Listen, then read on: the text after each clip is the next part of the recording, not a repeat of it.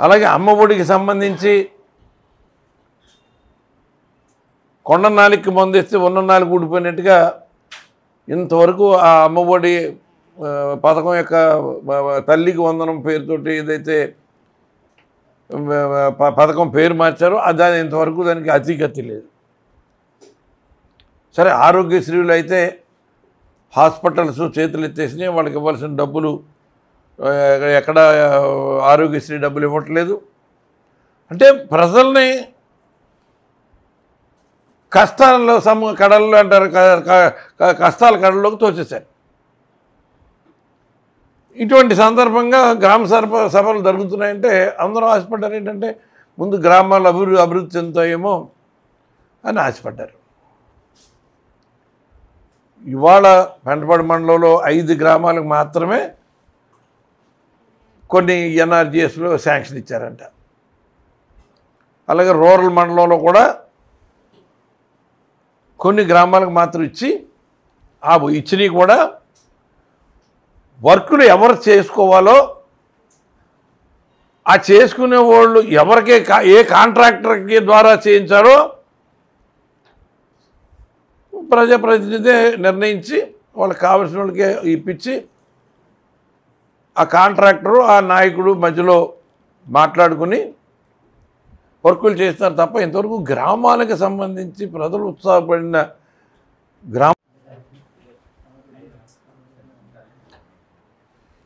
ఈ నెల 23వ తారీఖున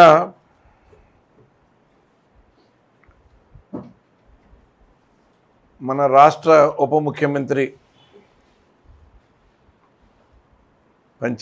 పంచాయతీరాజ్ శాఖ మంత్రులు, ఆర్డబ్ల్యూఏ శాఖ మంత్రులు, అటవీ శాఖ మంత్రులు శ్రీ పవన్ కళ్యాణ్ గారు రాష్ట్ర వ్యాప్తంగా గ్రామ సభలు జరిపి గ్రామాలకి ఇతోధికంగా నిధులిచ్చి రాష్ట్రంలో ఉన్న గ్రామాలన్నీ కూడా అభివృద్ధి చేస్తామని చెప్పడం జరిగింది. మేము చాలా సంతోషపడ్డాం.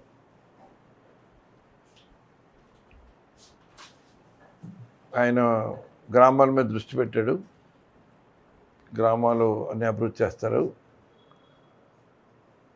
అని అనుకోవటం జరిగింది. 23వ తారీఖున రాష్ట్ర వ్యాప్తంగా ఒకే రోజున గ్రామ సభలు జరిపారు. అక్కడ ఉన్న గ్రామ సర్పంచ్లు కానీ, ఎంపీటీసీలు కానీ, ఇతర ప్రజాప్రతినిధులు అందరూ కూడా ఆ గ్రామ సభలకి హాజరయ్యారు. ఎంపీపీలు, కొన్ని చోట్ల జడ్పీటీసీలు, సొసైటీ అధ్యక్షులు, ఇంకా ఇతర ప్రజాప్రతినిధులు అందరూ కూడా దాంట్లో పార్టిసిపేట్ చేయడం జరిగింది.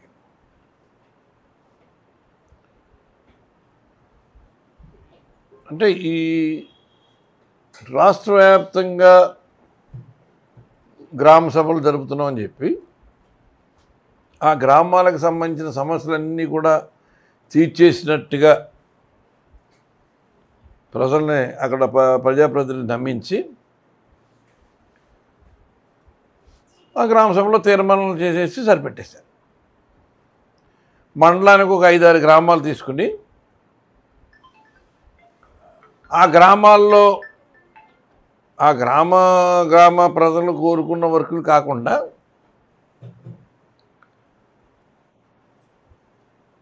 అక్కడ వాళ్ళ నాయకులకి వర్కౌట్ అయ్యే వర్కుల్ని సెలెక్ట్ చేసుకుని ఆ వర్కులు కూడా ఆ నాయకులు చేయకుండా ప్రజాప్రతినిధి యొక్క బాగా అనుంగు శిష్యులు లాంటి కాంట్రాక్టర్లకి వర్కులు ఇచ్చేసి వర్కులు చేయించుకుందాం అన్నది ఒక ప్రయత్నం అయితే జరిగింది. అంటే ఏదైతే ముందు నుంచి మన రాష్ట్ర ముఖ్యమంత్రి చంద్రబాబు నాయుడు గారికి బాగా అలవాటు, ఆయన రాష్ట్ర ప్రజలకు ఇచ్చిన హామీల్ని నెరవేర్చాలన్న ఆలోచన ఇప్పుడు చేయడు. ఆయన కేవలం ఊరికో 10 మందిని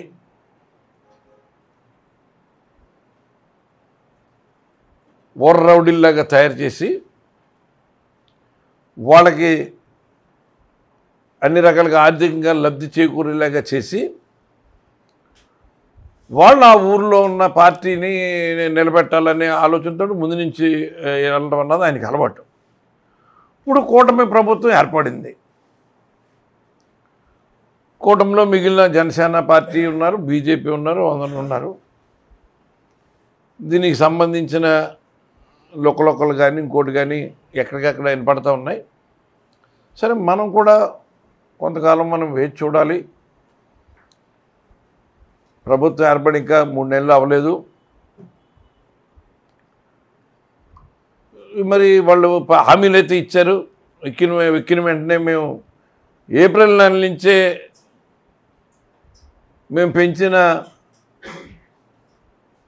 పెన్షన్ పెంచిస్తాం, అలాగే మిగిలిన పథకాలన్నీ కూడా మేము క్లీనింగ్ ఏమైందో అది గాలికి వదిలేశారు. ఇప్పుడు గ్రామ సభలు జరిపారు. గ్రామ సభల్లో ప్రజలు ఆశించిన ఏదైతే పాపం ఏదో వర్క్ జరుగుతుందని ఆశించారో అవన్నీ కూడా ఎక్కడ జరిగే పరిస్థితులు లేవు. కేవలం ప్రచార ఆర్పాటం కోసం మాత్రం రోజు పేపర్లో ఈ పచ్చ మీడియా పేజీలు నింపేస్తున్నారు. ఇక్కడ ఏదో జరిగిపోయినట్టు. ఈ ప్రభుత్వం వచ్చిన 3 నెలల్లో ప్రపంచంలోనే ఎక్కడ జరగని కార్యక్రమాలన్నీ కూడా ఇక ఈ ఆంధ్ర రాష్ట్రంలో జరుగుతున్నట్టుగా పేపర్ వాళ్ళకి మాత్రమే కనపడేనట్టుగా వాళ్ళు రాస్తూ ఉన్నారు. ఇది నిజంగా చాలా దుర్మార్గం. ప్రజల్ని మభ్యపెట్టడం తప్ప మీరు చేసే కార్యక్రమం ఏం లేదు.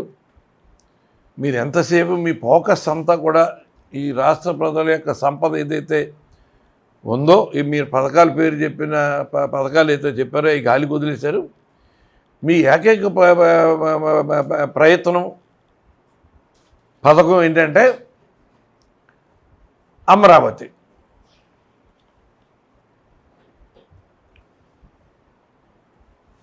అమరావతికి మీరు ఏదో ప్రయత్నం చేశారు. 15,000 మాకు నిధులు ఇచ్చారన్నారు. అందరూ ప్రజలు సంతోషపడ్డారు. చివరికి అది అప్పుగా మీరు కట్టవలసింది అప్పు అని చెప్పారు. అయినా సరే మీరు ఎక్కడా సిగ్గుపడలేదు. అప్పు అయితే ఏమైంది, దొరికితే చాలు, ముందు అమరావతిలో పెడితే మన 1000 ఎకరాలు అమ్మేసుకుపోవచ్చు అన్న ఆలోచనతో మీరు ఉన్నారా తప్ప ఒక రియల్ ఎస్టేట్ మాదిరిగా మనతో పాటు ఈ కేంద్రంలో అధికారంలో కొనసాగడానికి మన మీద ఆధారపడిన బీజేపీ ప్రభుత్వం, ఆ పక్కన మనతో పాటు బీహార్ రాష్ట్రంలో జరుగుతున్న వాళ్ళు కూడా సేమ్ బీజేపీకి మరి భుజం కాయడం జరిగింది. మన రాష్ట్రంలో లాగా వాళ్ళకేమో నిధుల రూపంలో వాళ్ళకిచ్చి అప్పు రూపంలో మనకి సాయం చేస్తున్నారంటే మనం అడగలేని పరిస్థితిలో ఉన్నామా? మన లొసుగులన్నీ కూడా నరేంద్ర మోదీ గారి చేతిలో ఉన్నాయి కాబట్టి మనం ఏమీ నోరెత్తలేకపోతున్నామా? ఇవన్నిటికీ కూడా కూటమి ప్రభుత్వం సమాధానం చెప్పవలసిన అవసరం ఉంది.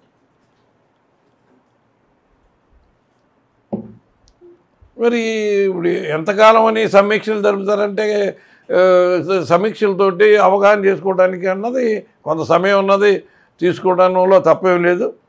పవన్ కళ్యాణ్ గారు ఆయన ఏంటంటే పూర్తి స్థాయి రాజకీయాల్లో కాకుండా గతంలో మరి వేరే ఫీల్డ్ నుంచి వచ్చారు కాబట్టి అవగాహన చేసుకోవడానికి సమయం కావాలి. అది ఎవరో తప్పు పట్టలేని పరిస్థితి. ఆయన ఇంట్రెస్ట్ తీసుకుని అవగాహన సదస్సులు పెట్టి సమీక్షలు చేసి అవగాహన ఏర్పాటు చేసుకున్నారు. దీని మీద ఫోకస్ పెడతానని అనుకున్నాం. కానీ గ్రామ సభల పేరు మీద ఆయన చెప్పిన తర్వాత జరుగుతున్న పరిణామాలు చూస్తే ఏ ఒక్క గ్రామంలో కూడా అక్కడున్న ప్రజలతో పాటు అక్కడున్న ప్రజాప్రతినిధులతో పాటు కూటమిలో ఉన్న కొంతమంది నాయకులు తప్ప మిగిలిన వాళ్ళందరూ చాలా అసంతృప్తిగానే ఉన్నారు. ఇవన్నీ ప్రచార ఆర్పాటం తప్ప ఇదేం పని లేదు. ఎవరికో ఒకరికో ఇద్దరికో పని చెప్పడానికి, వాళ్ళు ఏదో బాగుపడటానికి చెప్తున్నారు తప్ప ఇవన్నీ మనకి వాస్తవానికి గ్రామాల అభివృద్ధికి సంబంధించినట్టుగా కనపడట్లేదు అన్నది అప్పుడే ప్రజలందరూ కూడా పెదవిరుస్తున్నారు. మొట్టమొదటి గ్రామ సభలో కాబట్టి మనం అంటే వీళ్ళు చెప్పే మాటలు మాయ మాటలు మరి కొంతవరకు నమ్మి చేస్తారేమో అనే ఆలోచనతో మనం ఉండవలసి వస్తుంది. ఇది ఎంతో కాలం ఇలాగ మీరు మా ప్రజల్ని మభ్యపెట్టలేరు.